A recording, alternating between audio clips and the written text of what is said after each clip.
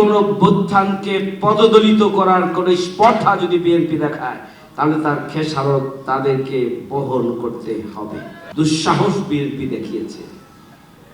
এটা আসলে বিএনপি উপলব্ধি করছে না যে বিএনপি কিভাবে নিজের কোমর পর্যন্ত এখন গর্তের মধ্যে ঢুকিয়েছে।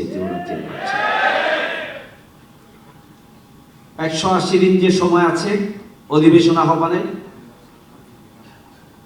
বিএনপির যদি শুভ বুদ্ধির উদয় না হয়, তাহলে এই 180 দিনের মধ্যেই বাংলাদেশের জনগণকে সচেতন করে, ঐক্যবদ্ধ করে বিএনপি সরকারকে গণভোটকে পদদলিত করার যে শিক্ষা, সেই সমুচিত শিক্ষাটা দেওয়ার জন্য আমাদের ঐক্যবদ্ধভাবে ভূমিকা পালন করা উচিত বলে আমি মনে করি।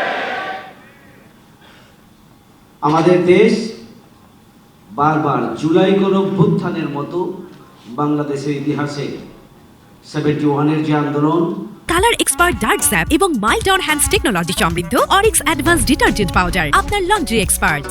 যে মুক্তিযুদ্ধ 54 বছরের জুলাই গণঅভ্যুত্থানের মধ্য দিয়ে প্রকৃত অর্থে আমরা মনে করেছিলাম যে আমরা 71 সালে স্বাধীন ভূখণ্ড পেয়েছি, কিন্তু আমরা স্বাধীনতার যে প্রকৃত শক্তি, সার্বভৌম শক্তি, সেটি আমরা প্রতিবেশী রাষ্ট্রের হাতে বর্গা দিয়েছি।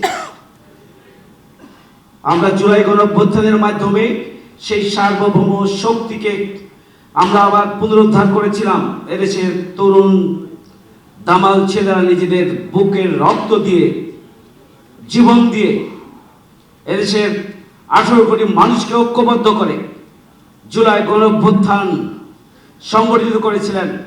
সেই গণঅভ্যুত্থানকে পদদলিত করার কোন স্পর্ধা যদি বিএনপি দেখায়, তাহলে তার খেসারত তাদেরকে বহন করতে হবে।